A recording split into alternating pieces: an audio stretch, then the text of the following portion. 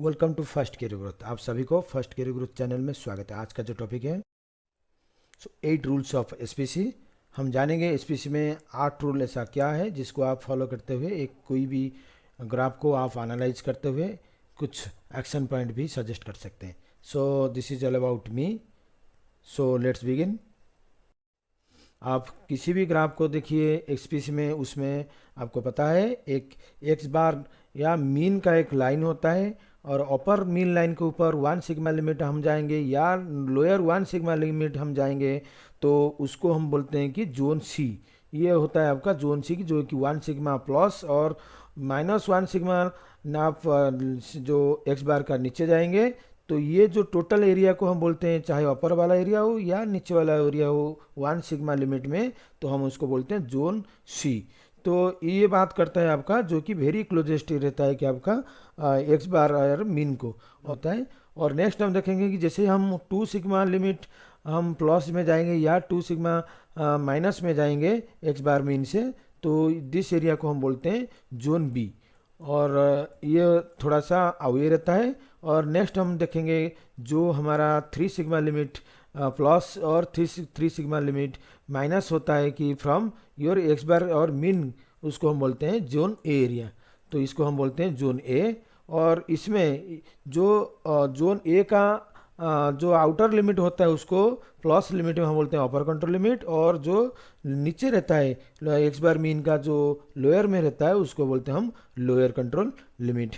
तो upper control limit और lower control limit के बाहर जो एरिया रह गया वो आपका हो गया रिजेक्टेड एरिया या आउट ऑफ कंट्रोल लिमिट के ऊपर हम बोल सकते हैं। इसको हम बोलते हैं कि इसलिए हम उसको रेड में लेते हैं क्योंकि ये रिजेक्टेड एरिया और out of control limit area में आता है। तो हम इसके बाद देखेंगे कि जोन ए में कुछ पॉइंट फॉल करता है तो उसका क्या मीनिंग आएगा, जोन बी में आता है तो क्या आएगा। हम देखेंगे ग्राफ को देखते ही हम पता करेंगे कि इसमें कौन सा रूल इसमें लागू होता है, और उसके साथ साथ देखेंगे कि ये जो रूल के हिसाब से इसका प्रोबेबिलिटी कॉज क्या है, और उस कॉज के ऊपर हम काम करेंगे। डेफिनेटली हमारा जो प्रोसेस है वो स्ट्रेंथन हो जाएगा और जो कंट्रोल है प्रोसेस के ऊपर वो थोड़ा सा स्ट्रेंथन हो जाएगा।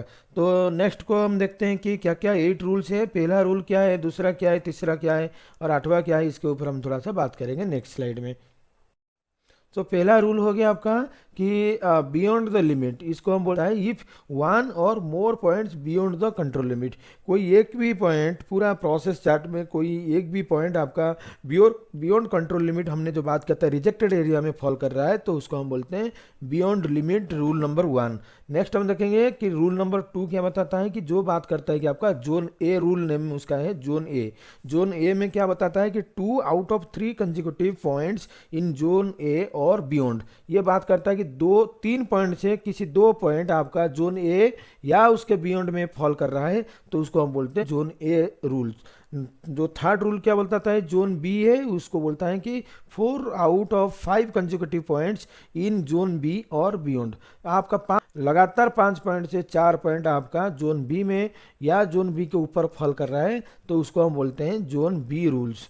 फोर्थ रूल जो बात करता है आपका वो बोलता है कि जोन सी रूल्स, और इसमें हम बात करते हैं कि 7 और more consecutive points on one side of the average in zone C और बियॉन्ड। ये बात करता है कि 7 कंजिक्यूटिव पॉइंट या 7 से ज़्यादा कंजिक्यूटिव पॉइंट की एवरेज लाइन से ऊपर ही फॉल कर रहा है, कि इधर वो अपर हो या लोअर में हो, लेकिन एवरेज लाइन के ऊपर ही फॉल कर रहा है, चाहे वो सी में हो या सी के बियॉन्ड हो, लेकिन किसी एक साइड में फॉल कर रहा है तो उसको हम बोलते हैं जोन सी। और रूल नंबर 5 इसको बात करते हैं कि ट्रेंड। तो ट्रेंड क्या होता है, ये बात करता है कि 7 कंजिक्यूटिव पॉइंट्स ट्रेंडिंग अप और ट्रेंडिंग डाउन, लगातार आपका 7 या ज़्यादा इधर वो डाउनवर्ड हो रहा है या अपवर्ड हो रहा है सीक्वेंस में, इसको हम बोलते हैं ट्रेंडिंग अप और ट्रेंडिंग डाउन।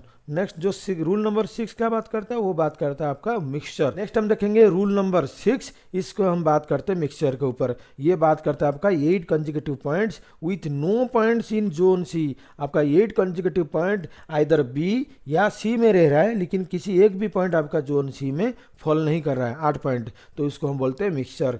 नेक्स्ट हम देखेंगे रूल नंबर 7, ये बात करता है आपका स्ट्रैटिफिकेशन। ये क्या होता है ना, 15 consecutive points in zone C. आपका ये बात करता है खाली कंटिन्यूअस 15 पॉइंट आपका जोन सी में ही फॉल कर रहा है, चाहे अपर या डाउन, लेकिन खाली जोन सी में ही फॉल कर रहा है, other than your B and A. तो इसको हम बोलते हैं स्ट्रैटिफिकेशन। रूल नंबर 8 जो लास्ट रूल है उसको हम बोलते हैं ओवर कंट्रोल। इसमें क्या होता है ना 14 consecutive points alternating up and down, आपका 14 कंजिक्यूटिव पॉइंट आपका चाहे अप डाउन मतलब आज चाहे किसी भी रेंज में हो लेकिन वो अप डाउन में जा रहा है तो उसको हम बोलते हैं अल्टरनेटिंग अप एंड डाउन, तो इसको बोलते हैं हम ओवर कंट्रोल। तो इसको ऊपर थोड़ा सा देख लेते हैं कि जो रूल नंबर 1 से रूल नंबर 8 वो ग्राफ में कैसे दिखेगा और उसमें क्या पॉसिबल कजेस हो सकता है, उसको नेक्स्ट स्लाइड में हम देखते हैं। तो पहला हम देखेंगे rule number 1 and rule number 2 के ऊपर बात करेंगे। आप ये ग्राफ देख पा रहे हो, पहला एक जो रेड पॉइंट ये बात करता है कि आपका किसी ना किसी तरह कोई एक रूल को फॉलो कर रहा है, जो रेड डॉट दिखता है। पहला हो गया हमने जोन दिखा, जो एवरेज लाइन है उसके जस्ट ऊपर नीचे रहेगा सी, उसके ऊपर रहेगा बी और उसके ऊपर रहेगा आपका सी। तो पहला आप देख रहे हो कि पॉइंट बियॉन्ड द लिमिट्स, आपका अपर कंट्रोल लिमिट के ऊपर एक पॉइंट आपका रेड डॉट में दिखाई दे रहा है, तो ये आपका है रूल नंबर 1 फॉलो करता है। और रूल नंबर 2 कहाँ फॉलो करता है, जहाँ पे आप देख पा रहे हो कि हमने बात किया था 3 कंजिक्यूटिव पॉइंट से 2 कंजिक्यूटिव पॉइंट आपका कहाँ फॉलो कर रहा है ना जोन नंबर ए में। तो ये जो जोन ए टेस्ट में आप बता रहे हो कि ये आपका रूल नंबर 2 के हिसाब से।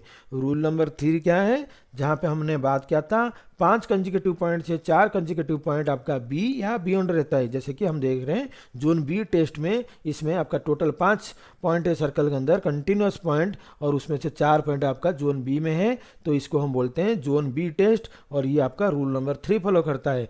नेक्स्ट हम देखते हैं कि जो हमने बात किया था कि रूल नंबर 4 में हम बात किए थे कि 7 कंजिक्यूटिव पॉइंट और बियॉन्ड जो कि हमारा जोन सी के ऊपर ही फॉल कर रहा है या एवरेज लाइन के एबव फॉल कर रहा है, तो उसको हम बात करते हैं कि जो रूल नंबर 4। तो one side of the average line, तो जोन सी टेस्ट हम बोलते हैं इसको और इसको बोलते हैं कि रूल नंबर 4। तो रूल नंबर 1 बात करता है आपका points beyond the control limit and zone, rule number 2 बात करता है आपका जोन ए टेस्ट, और उसके बाद देखते हैं कि ये दोनों बात करते हैं आपका इधर आपका प्रोसेस में कहीं पे सडन चेंजेस हुआ है, तो ये रूल नंबर 1 और रूल नंबर 2 उसमें लागू हो जाता है। और रूल नंबर 3 बात करता है आपका जोन बी एंड जोन सी, जो कि आपका रिप्रेजेंट करता है कि स्मॉलर शिफ्ट जो कि ओवर टाइम हो रहा है, आपका मेंटेन कर रहा है कि स्मॉलर शिफ्ट आपका प्रोसेस में, और ये बात करता है कि rule number 3 and rule number 4 ये बात करता है। The key is that the shift are maintained over the time at least over a long time frame than rule number 1 and 2। तो ये रूल नंबर 1 जो 2 में आपका लार्ज शिफ्ट होता था, लेकिन रूल नंबर 3 और रूल नंबर 4 वो ड्यू टू जो शॉर्ट शिफ्ट होता है, स्मॉलर शिफ्ट होता है, तो उसकी वजह से होता है। तो नेक्स्ट हम देखेंगे कि रूल नंबर 5 क्या है।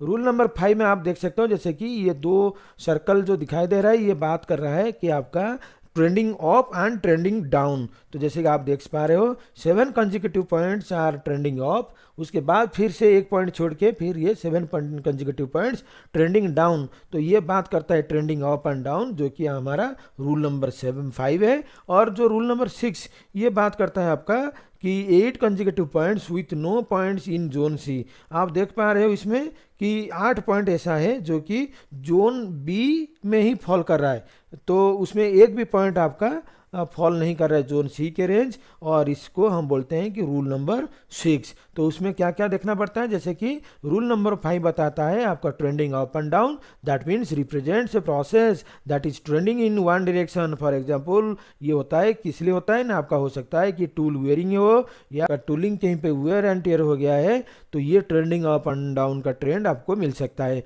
रूल नंबर 6 आपको बात करता है कि जो कि मिक्सचर के ऊपर ये अकर क्यों होता है, कि ये बात करता है when you have more than one process present and are sampling each process by itself। आपके पास बहुत सारा सेम प्रोसेस है, आप जो सैम्पलिंग कर रहे हो वो डिफरेंट प्रोसेस से डेटा को लेते हुए आप जो एक एसपीसी चार्ट बनाना चाहते हो, तो ये आपका मिक्सचर टाइप का दिखाएगा। तो उसके बाद हम देखेंगे कि रूल नंबर 7 और rule number 8। So rule number 7 और 8 के बारे में जानेंगे।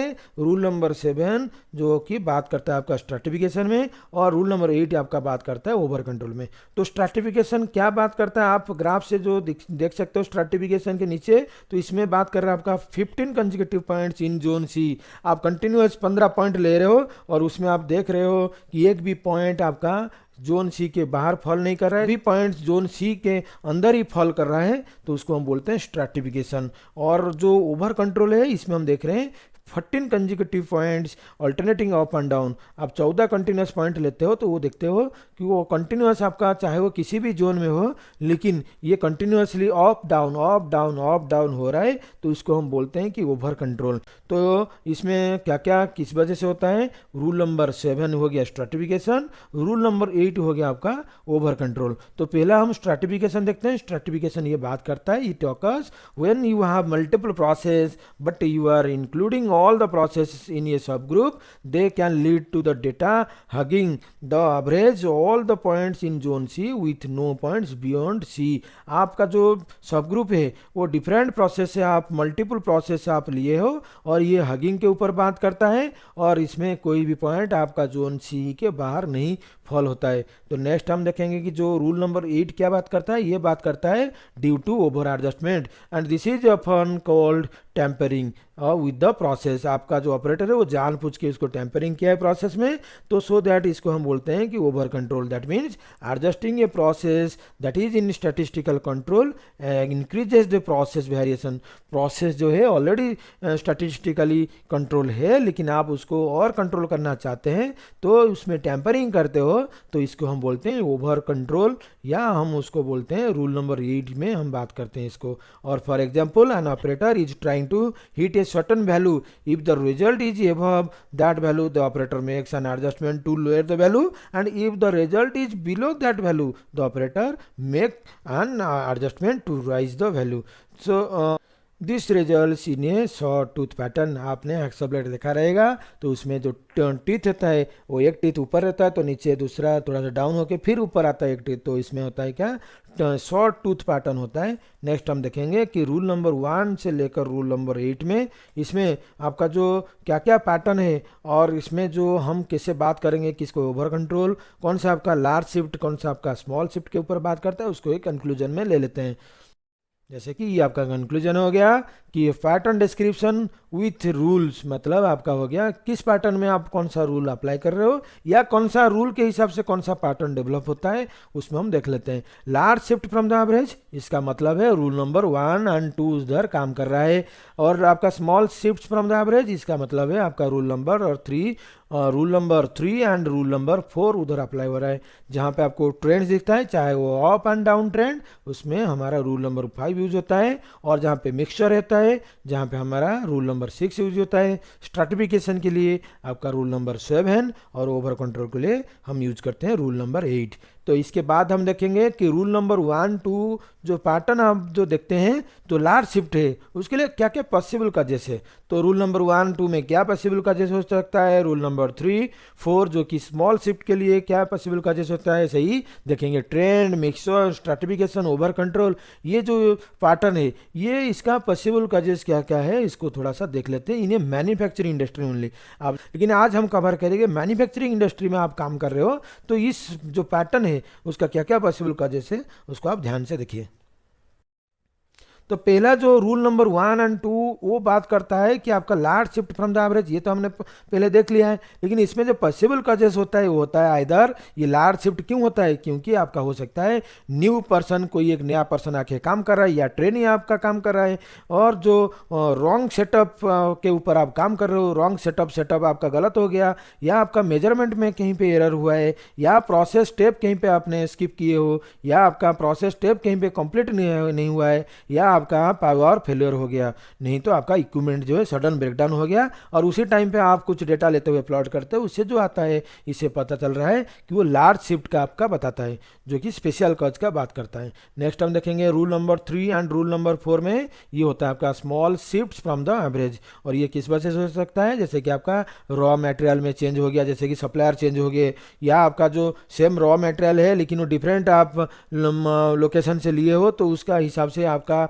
चेंज हो जाएगा। दूसरा लॉट भी है तो उसमें हो सकता है रॉ मटेरियल चेंजेस की वजह से भी आपका हो सकता है स्मॉल शिफ्ट। उसके बाद हो सकता है आपका चेंज इन वर्क इंस्ट्रक्शन, कहीं पे आपका जो वर्क इंस्ट्रक्शन था वो WI वो कहीं पे आपने चेंज किए हो, या आप डिफरेंट मेजरमेंट डिवाइस और कैलिब्रेशन आप यूज कर रहे हो, मेजरमेंट डिवाइस ही आपने चेंज कर दिया, उस वजह से आपका जो डेटा ले रहे थे उसमें आपको दिखाई देगा कि स्मॉल शिफ्ट हो रहा है। आपका डिफरेंट डिवाइस आप डेटा लेते हो तो उसमें आपका स्मॉल शिफ्ट आपका शो कर रहा है। और आपका ये हो सकता है आपका person gains greater skill in doing this job, जो लोग जो काम कर रहे, पहला जो काम करता था एवरेज में उसका स्किल था, लेकिन जो नेक्स्ट पर्सन है उसका स्किल थोड़ा है वो उससे ज़्यादा है, तो उसमें भी आपको थोड़ा सा वेरिएशन दिखने मिलेगा। और चेंज इन मेंटेनेंस प्रोग्राम हो या आपका सेटअप प्रोसीजर में कहीं पे चेंजेस हुआ है तो वो आपका स्मॉल शिफ्ट में कवर पैटर्न में आपको दिखाई देगा। नेक्स्ट हम देखेंगे रूल नंबर 5 क्या बताता है। रूल नंबर 5 बताता है आपका ट्रेंडिंग अप एंड डाउन। इसमें हो सकता है आपका कहीं पे टूलिंग जो था वो वियर एंड टेयर हो गया, या इसका टेम्परेचर इफेक्ट भी हो सकता है जो कि कूलिंग हो हीटिंग हो। और इसमें हम बात करते हैं ज़्यादा कूलिंग हो रहा है या ज़्यादा हीटिंग हो रहा है, इसके वजह से आपका ट्रेंड हो रहा है। उस नेक्स्ट हम देख सकते हैं कि मिक्सचर, रूल नंबर 6 जो बात करता है मिक्सचर के ऊपर, that means more than one process present. जैसे कि आपका डिफरेंट शिफ्ट हो गया, डिफरेंट मशीन हो गया, डिफरेंट रॉ मटेरियल हो गया, तो ये मोर देन वन प्रोसेस होता है तो इसको हम बोलते हैं मिक्सचर।